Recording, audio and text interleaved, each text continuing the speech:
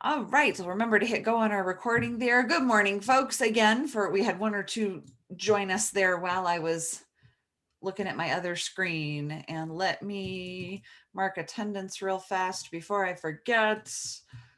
Who we got? We've got Amanda. I saw, there she is. All these screens moving around on me. There's Dee Dee, Lucas and Melody and Monique. I saw, there she is, and Allison and Katie, of course, who I was just talking to, and Mario and Audrey. And Gabe messaged me to say he's not going to be here this morning. All right. Yay. Thank you again for having instruments out, and looks like some of you are tuning. Yeah. Dominique, what's up? I'm sorry. My A string is tuned an octave lower right now, because I tried to tune it and it just won't. I don't know. It just keeps tuning lower.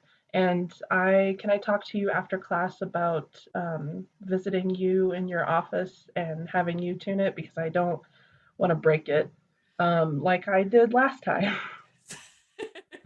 Yes, I think that's fair if it's that low. I will say probably what's happening, Dominique, is as you're turning the peg, you're not pushing in enough, is my guess. But it's always possible there's something else screwy with the cello. But that's my guess with everything that's not a bass. As you're turning that peg, you also have to push in to the peg box as you're turning to get that friction Okay. to actually hold. So if you want to Yeah. try, turning and doing that anymore, you can, or you can just I leave it. I am listening it and trying to listening at first before I go the other way, and I am pushing in. So I feel like I'm doing everything right, but we'll see. Gotcha. Sounds good. And I will so at least Dominique and Mario, sounds like we might chat for a second at the end of class. I have to leave fairly quickly. I have a student teacher observation that starts shortly after our class. So just so you know, but I think we should have time to chat about calendars and CMEA. So good stuff. All right. Other things, other hands I've missed from anybody. Cool. We're going to continue to chat for just a second because my hope is to chat about a couple things and then be able to just do a bunch of playing. So I wanted to just hopefully quickly review what you all looked at on Monday. And oh, by the way, Monday, I apologize. At least one of you tried to join the Zoom room on Monday because it was still there because gosh darn it, I forgot to delete it. So I really apologize that you had a link for Monday. And however many of you might have tried joining, I'm really sorry to have wasted your time like that. And I hope you didn't hang out too long waiting. So here is what you saw Monday for asynchronous presentation information. And like I said, I'm hoping to be quick, but I also want to give you a chance to answer questions you might have. Let me make that screen a little bigger in case that helps. The budget project. My hope with the budget project is for it to be fairly, self-directed, that I'm hoping the directions made sense and y'all can just jump in, and then we will talk more about budgets and that kind of stuff when the project is due, when you've actually spent some time dealing with that and living with that information, that then we can kind of have some conversation about it. Does anybody have questions at the moment about that budget project? And I can bring that up here too for a second. Anything that caused questions in those assignment directions?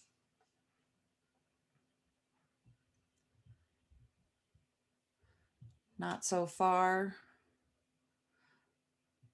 Yeah, Mario. And I'll scroll up a little more here. So, in wind pedagogy, Yes. we had the option to do like fundraisers to add money to our budget. Is that something that we'll be able to do in this as well? No, I would rather you not, because I've given you a pretty generous budget, given what most orchestra programs are like in the country. So I'd like you to just stick to the 7,500 that I've allotted you and just do your best to use that. So, but that's really interesting to know. I'm glad Mr. Hall's doing that and giving you kind of that option. That's cool. Anybody else? Thanks, Mario. All righty. Well, as you're working on it, if questions come up, please feel free to ask. The one thing I will point out, I'm hoping you all read this little paragraph at the end here. Researching these items can be a deep rabbit hole. This is stuff orchestra teachers really struggle with, right? Like, which brand of strings do I buy and which bow do I buy? And like, it can be a thing, right? I encourage you to do some general research, but please do not let yourself get sucked deep into these rabbit holes. At some point, just cut the cord, make a decision, and put whatever item you're looking at on your spreadsheet. And then that can be some of the stuff that we talk about when this project is due and we come back to it in just a couple weeks here. But don't let yourself spend, 10 hours looking at charmusic.com trying to figure out the perfect violin to buy. Okay. All right. The other things you were looking at on Monday, your partner and the coaching beginners assignment. Any questions on that so far? For the reflection, it takes us to like the teaching reflection. I wasn't sure like exactly what we're supposed to be reflecting on. Is it like how well I gave feedback, or is it like how well did I perform? So I guess I'm confused on what I'm supposed to be writing about for the reflection. Good question, Amanda. Really good question. I was hoping to have you do the reflection from the teacher side, as from your teacher side of that coaching experience. And that was why I sent you to basically that same old teaching reflection of how did I do trying to teach this brand new beginner and guide them through that, brief exercise. But how did I do as a teacher through that exercise? Does that feel okay, or does my approach there not work? You feel like it's okay, Amanda? Ish? Okay. Anybody else have questions or concerns about that? I'm happy to rethink that if that doesn't actually work the way I wanted it to work. I guess what we did was we kind of just played for each other. We didn't really give very much oral feedback. We just filled out the sheet and then sent it to each other. Gotcha. I gotcha, which I can completely understand that. Gotcha.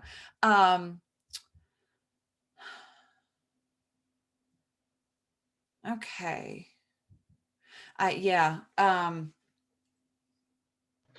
already turned in my reflection and commented on the fact that I didn't do much of the coaching. So And that's exactly what I was going to say, Dominique, is I think I will leave it like it is.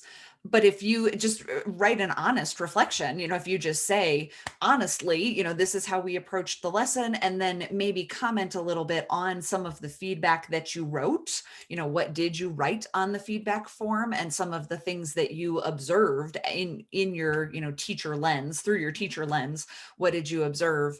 And some of that. And then I will adjust however I need to within the rubric to make sure that you aren't heavily penalized for any of that. If you just respond honestly in that reflection form, I can adjust from there. Is that concrete enough? I know it's not really concrete. Is that cool? Thank you, Amanda.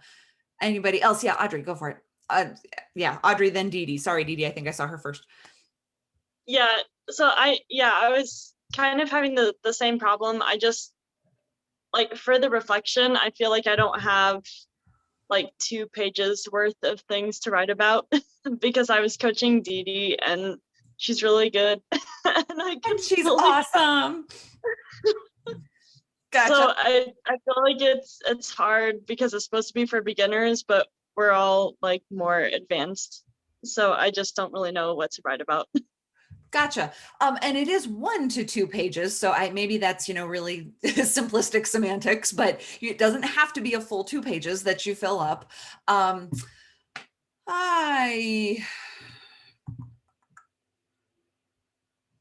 Here, let me do this so you can all see each other too.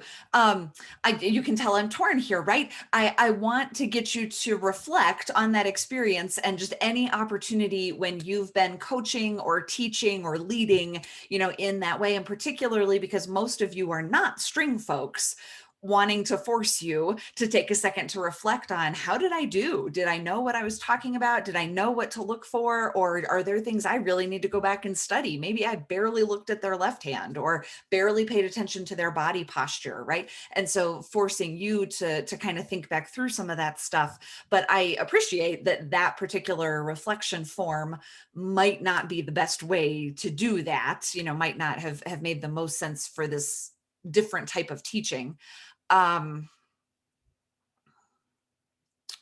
also because some of you have already submitted it, I don't want to change too much and alter all of that as well. So here's what I'm going to say. I'm going to leave it.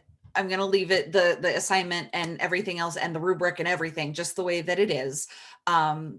Partly because I'm not sure Canvas will let me change it now that folks have submitted stuff. So I'm going to leave it the way it is. But as I said to Amanda, if you would please complete that reflection honestly, I will push you to please write at least a page, right? Try to get a page, because thinking about your own teaching and also thinking about what did you observe in the student. Even in only 10 minutes, there should be enough to observe and reflect on there for you to come up with about a page. So see if you can come up with a page, reflect honestly on whatever your experience was, and then I will adjust within the rubric however I need to not seriously penalize you on points, as long as you tell me honestly what happened in that experience. I know that's a little subjective. Other questions I can try to answer or things I can clear up on that? Dee Dee, sorry, yeah.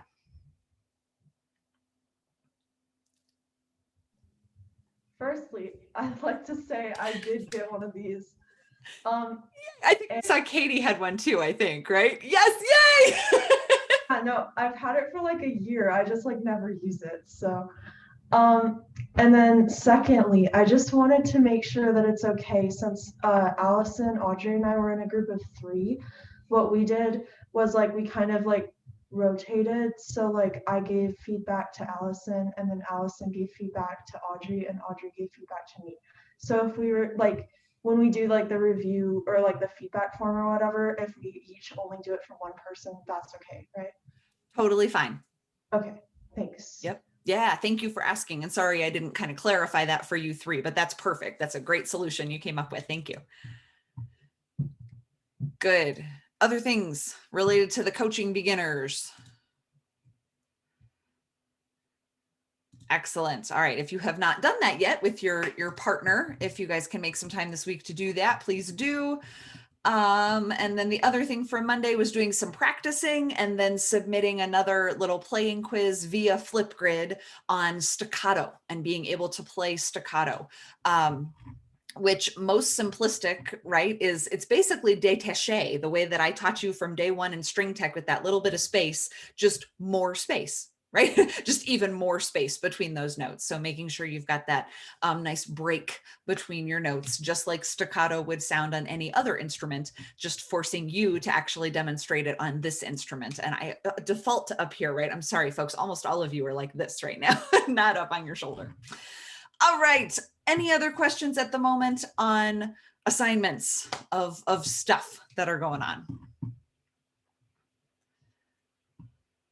Not at the moment. Cool. A friendly reminder that field experience hours, half of them, 12 of them are due by 3/12, by March 12th. So you've got what, 2 weeks, 2.5 weeks, something like that. But if you haven't been working on field experience hours, please start chipping away at those. Okay. All right. What are we doing next? Last quick reminders while I'm talking, right? And then let's play is next week. I will see you both days, please. We're going to have synchronous class both days with no instruments, because next week is the chance to get instruments switched. So I will email Ron and copy all of you that we are switching. Next week is no instruments so that we have time to manage all of that. And then the week after, you'll be on your new instrument, and we'll pick up and keep moving on that way. Okay. Any questions there? Cool. Let's play a little bit. And then if we have time, we'll come back and talk about the ASTA curriculum. And if not, that's okay too. All right. Could you please, let's do this. Dr. Vulture. Yes. Really quick, what day do you want the instruments by? So that's part of what I need Ron to chime in on, because I don't know what cleaning process, if any, he's doing between instruments. It could be that just letting them sit for a period of time is all that we need to worry about. But because he's managing all of that, I'm going to let him chime in on that when your instrument needs to be back in the locker. And then if someone else is using it after you, how all that is supposed to work. So thanks, Mario. But unfortunately, I don't have the answer. All right, let me hit my strings for you real quick, just so you can double check all the hard tuning I've seen going on in the background there.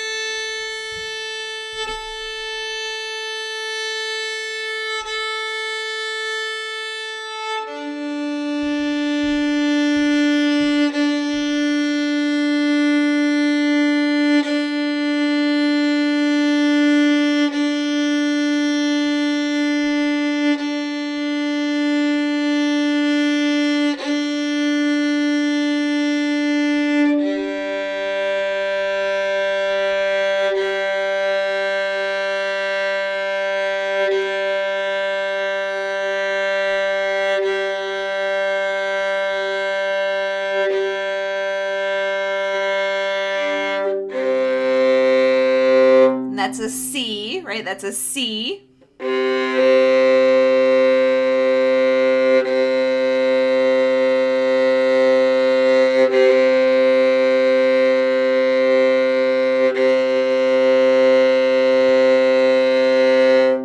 Okay. I'm going to hit this E real quick in case it helps Lucas, and then basses, I will give you one that's lower.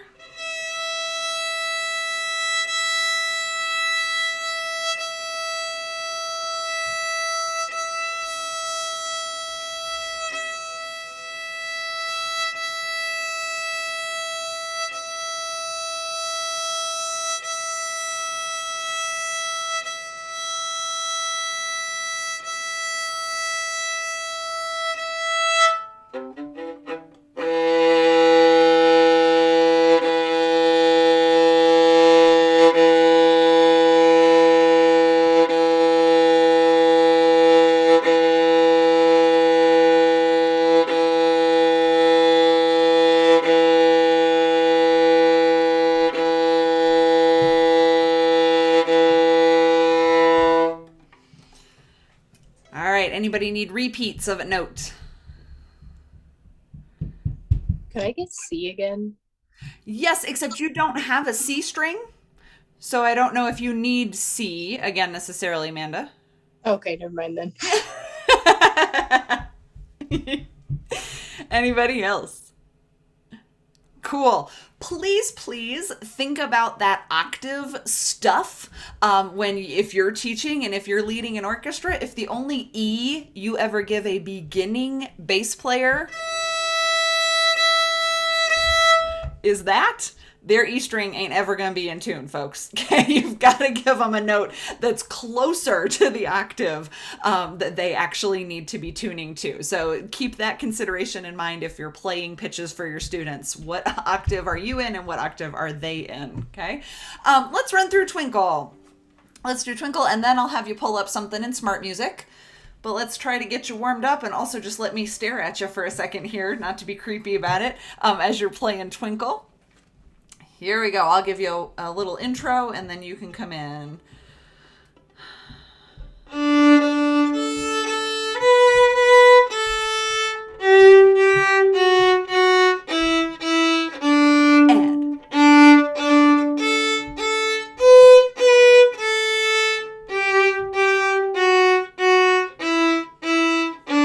Keep going.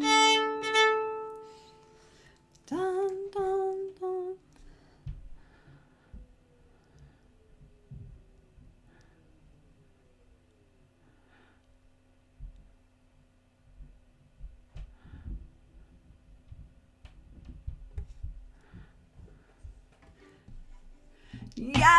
Yes. And I knew some of you might get confused when I stopped playing, so sorry if that threw you for a curveball. I didn't specify arco or pits, so it's fine that we had a mix of those two things.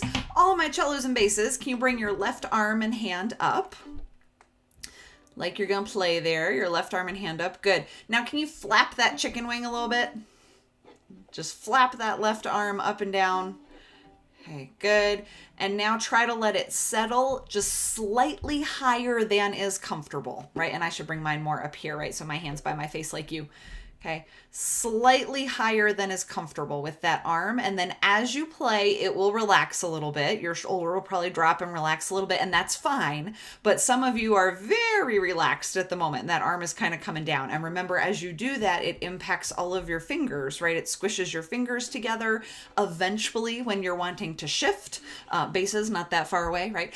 When you're wanting to shift and that kind of stuff, if your arm is way down, it makes all of that harder. So we want to make sure this wrist is straight and that your arm is up as you play there. Okay, good. Could everybody grab your bow, and would you be willing to just show me if you can go towards the camera? You don't have to be super close. Cellos, basses, it's okay if it's a little far away, but show me your most perfect bow hand shape and hold the bow with your left hand, right? Hold the bow with your left hand so that your right hand isn't having to do quite so much work. Let me just see how things are looking. Yeah. Good. Oh, and Lucas, thank you for that. That nice little flip so I could see your thumb. I appreciate that. Y'all are looking good. Now everybody's doing it. I love it. Good, good, good. Yeah, so Mario, make sure your pinky is over the stick because you're not on violin anymore. So your pinky's not going to be up on top of the stick. It's going to hang over. Yeah, so all 4 fingers are just over the stick. And then your thumb's underneath there. Yeah, good, good, good. Okay, good. You guys can relax. Thank you. So I think we've talked about this before, but having your left hand hold the bow, super duper important for all of you right now, everybody except Lucas, because your bows are so stinking heavy, right? So if the teacher says, hey, everybody show me your perfect bow hand shape, and the poor bass is standing there like this, and of course the teacher always gets to the basses last, right? Because we're evil teachers. So the bass is standing there the longest with their hand out in the air like this and with the heaviest bow, and that is so bad for your students' hands. So make sure that left hand is helping to do the lifting work and the right hand can just be creating the hand shape, because then your instrument is going to support it, right? You're going to set the bow on the instrument and the instrument is going to be helping to support that weight. A reminder that I don't think we've talked about on these instruments, remember that your bow can tilt, can angle toward the stick of the bow can angle toward the scroll. Okay, and that's true on every instrument. So cello, bass, your hair can be totally flat on the string, or you can let your stick roll up toward the scroll.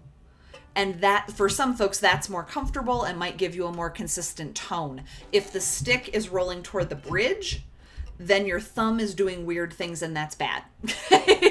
So please make sure if your stick rolls, it rolls towards the scroll, and that should not be creating tension in your thumb. Okay? Good, folks. Overall, I'm really impressed with what I'm seeing you all do. Nice work. So let's go to smart music. However you want to juggle that on your screens, if you would please search for Boogeyman Blues. And I'll type that in the chat. You'll probably find it before I actually get it typed. But if it helps, you can copy paste Boogeyman Blues, and the composer is Carrie Lane Grissell.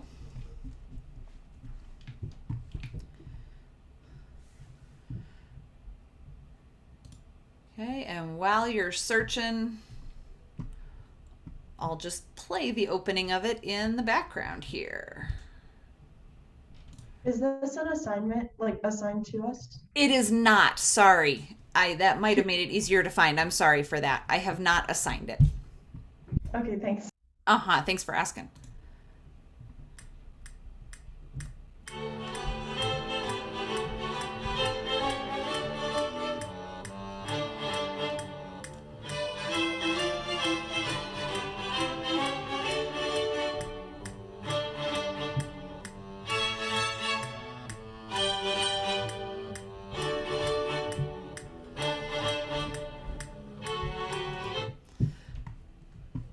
All right. Looks like some of you may be still searching. Give me a thumbs up if you've got it.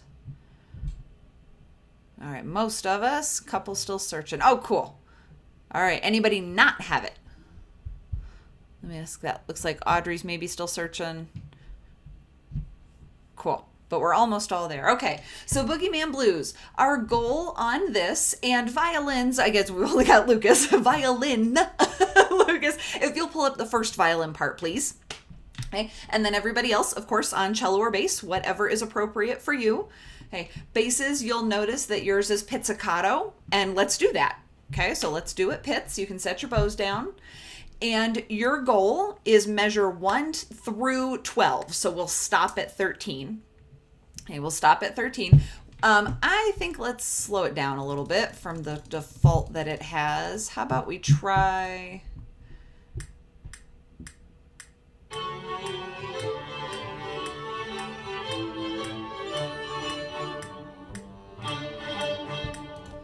Okay, so I set the metronome at 110. And if you notice in, sorry, let me check this real quick.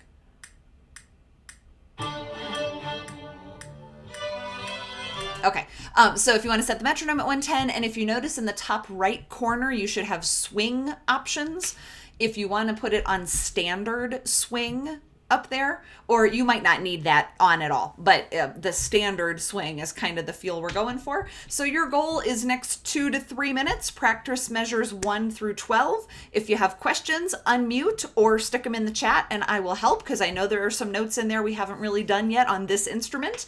Take a few minutes to practice and then we'll see what we've got. Hey, Dr. Fulcher. Yes. Just really quick question.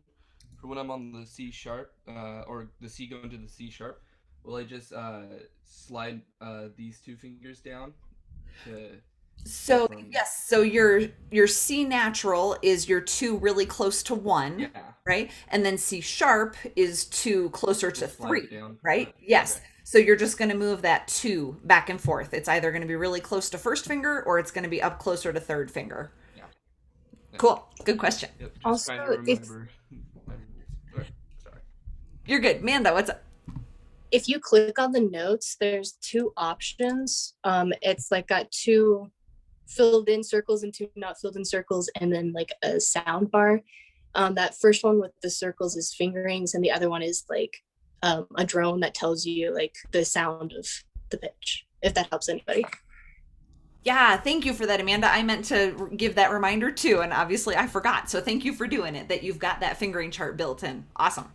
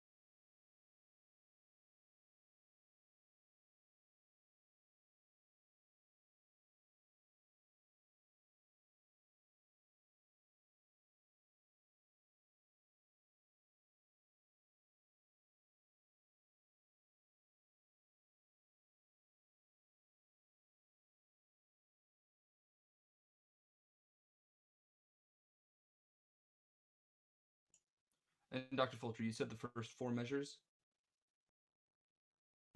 First 12 measures. We'll do 1 through 12, 12. okay. Yeah, I was...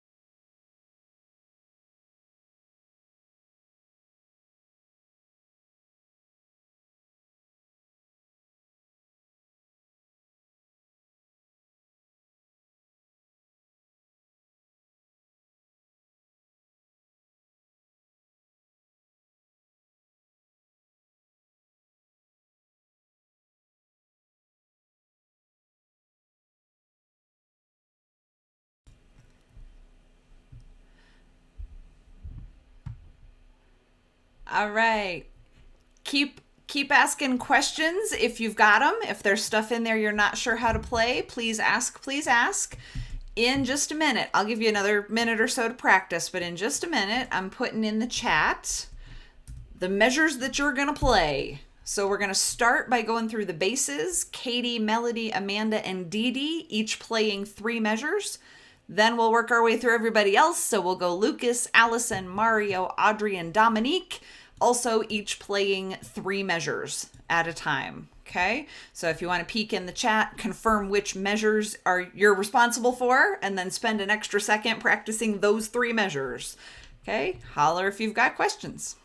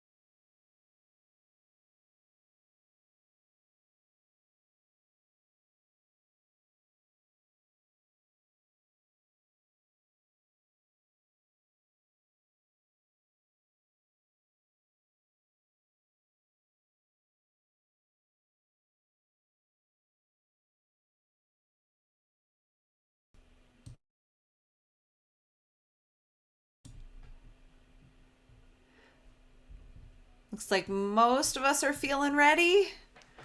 Ready to go for it? All right, let's give it a try. So I think trying to do it with any accompaniment going in the background or anything like that is going to mean that we can't all actually hear each other. So we will just jump in and go for it. And I'm kind of hoping that if we do the basses first, they're going to kind of set the nice steady pace for us. Right, basses? Right? All right. So basses, we're going Katie, then Melody, then Amanda, then Dee Dee. If y'all want to stay unmuted, great. If you want to just unmute right before your turn, that's cool too. And yeah, all right. So Katie, when you're ready, if we're thinking roughly somewhere in that range, Katie, whenever you're ready.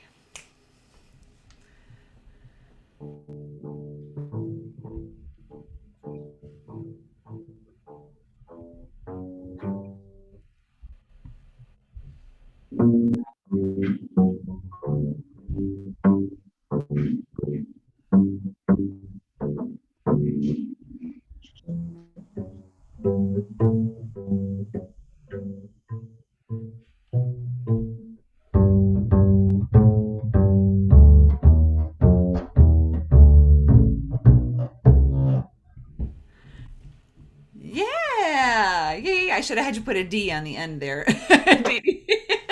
Oh, I was going to, and then I didn't know if we were just gonna go right into the violin afterwards. Yes, no, you're good. You're good. Excellent job, basses. Excellent, excellent. Before we jump into the next half, thank you, Dee Dee.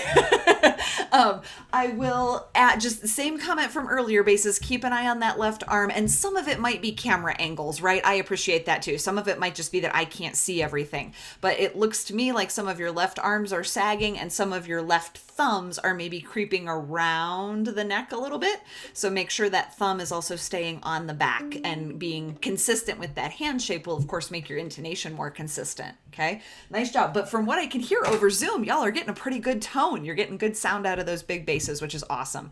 All right, now jumping into the next half. So Lucas, when you're ready, give us a try at roughly that same speed there.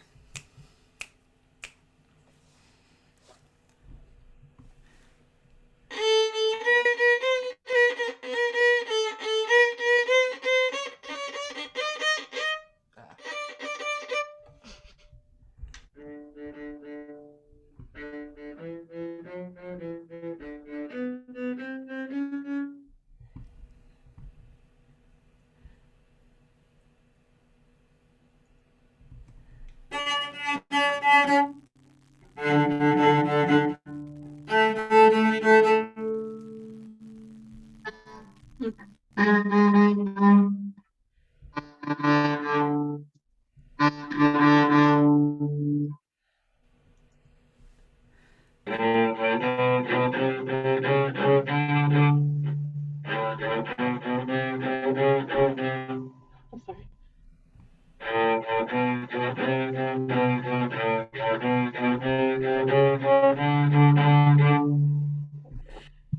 Yes, and Dominique, I should not have given you those three measures, right? Because they're on the A string. I'm so sorry.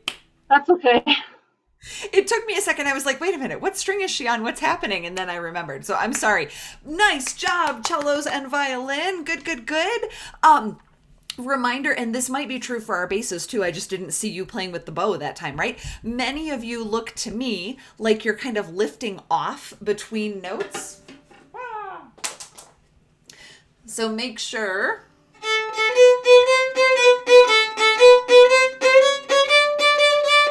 I'm sure you can see my bow flexing a little bit. I'm doing all of that with just my first finger leaning in and then coming back out, but I am not lifting off, right?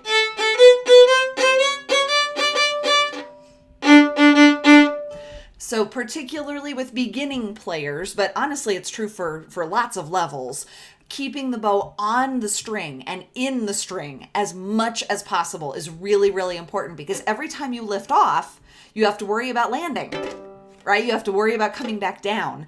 And something that you'll hear orchestra conductors talk about a lot is you never, never, never, never start a piece off the string, because you cannot get an orchestra to all land at the same time. It's just not possible. So anytime you start a piece of music, every string player's bow has to be on the string, even if it is going to be a bouncier stroke.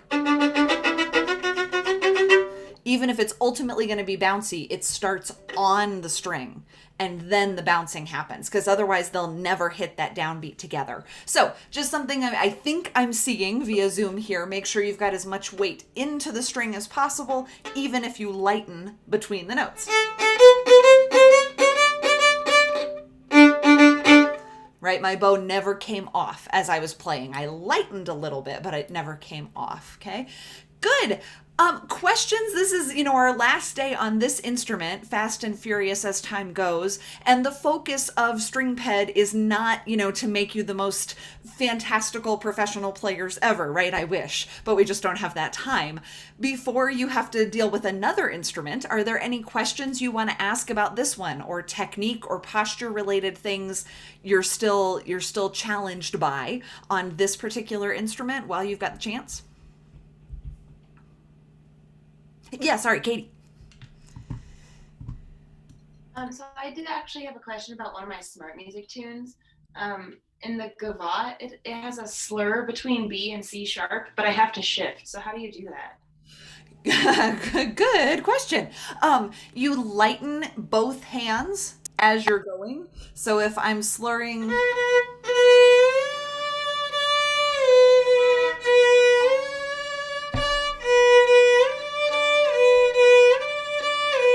so when you're first learning how to do that, and Katie, certainly in your recording, although I don't know how smart music will react to it, but if there's some swoop in there,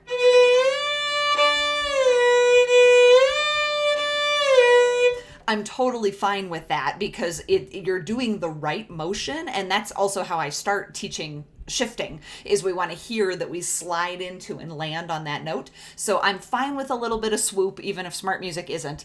And then eventually, when that swoop is happening, we just lighten both hands so that the bow is a little bit lighter, and so that the left hand is not pushing down as much into the string. And my left hand also gets a little faster, right, in how it's moving. And I manage to make that shift happen within the slur and within the time of the piece too. So I know that's a super fast explanation. Does it kind of make sense? Yeah, definitely. That makes sense. Thank you. Okay. Great question. Really important question. Good. Anybody else? This instrument, these articulations I've been having you practice. Any questions? Yeah, Dee Dee.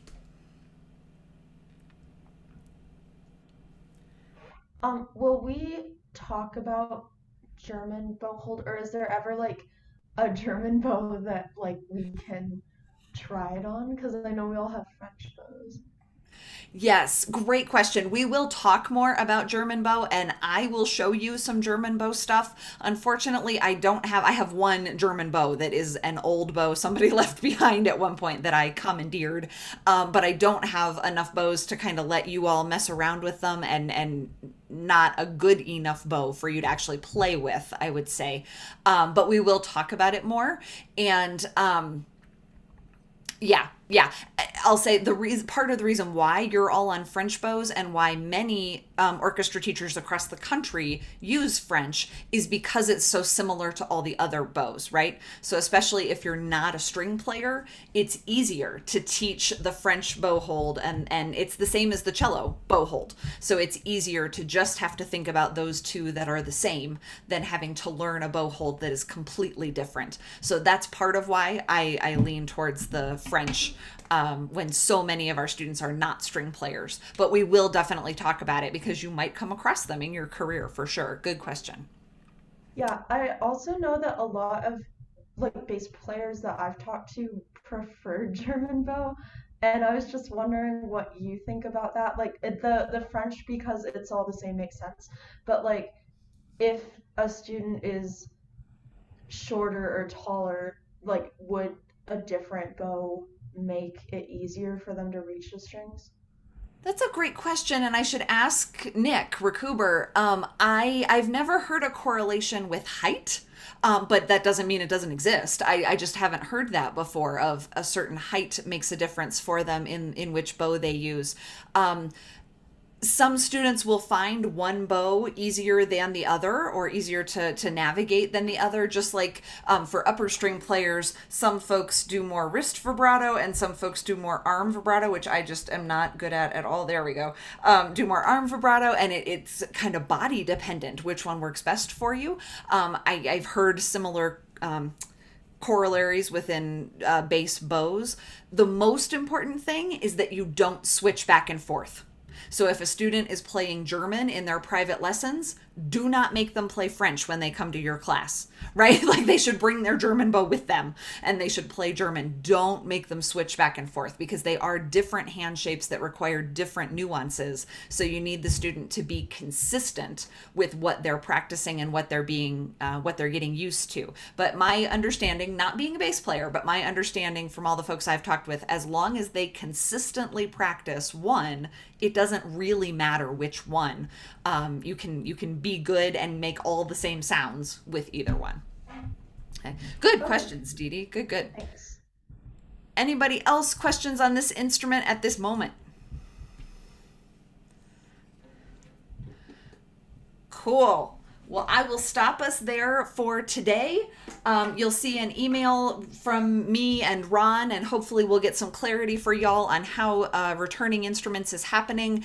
But I think at any point that you are done with all of your assignments on this instrument, go ahead and get the instrument back to Fraser. You can turn it back in at any point, and then Ron can get to it and clean it however he needs to. So whenever you're done with the assignments this week, you're done with this instrument. Go ahead and turn it in, and then we've got a little bit of time for you to get the next one. So cool. I know I'm chatting with Dominique and Mario for a second. If anybody else needs anything, let me know. Otherwise, I will see you all on Monday. Thanks, folks. So Mario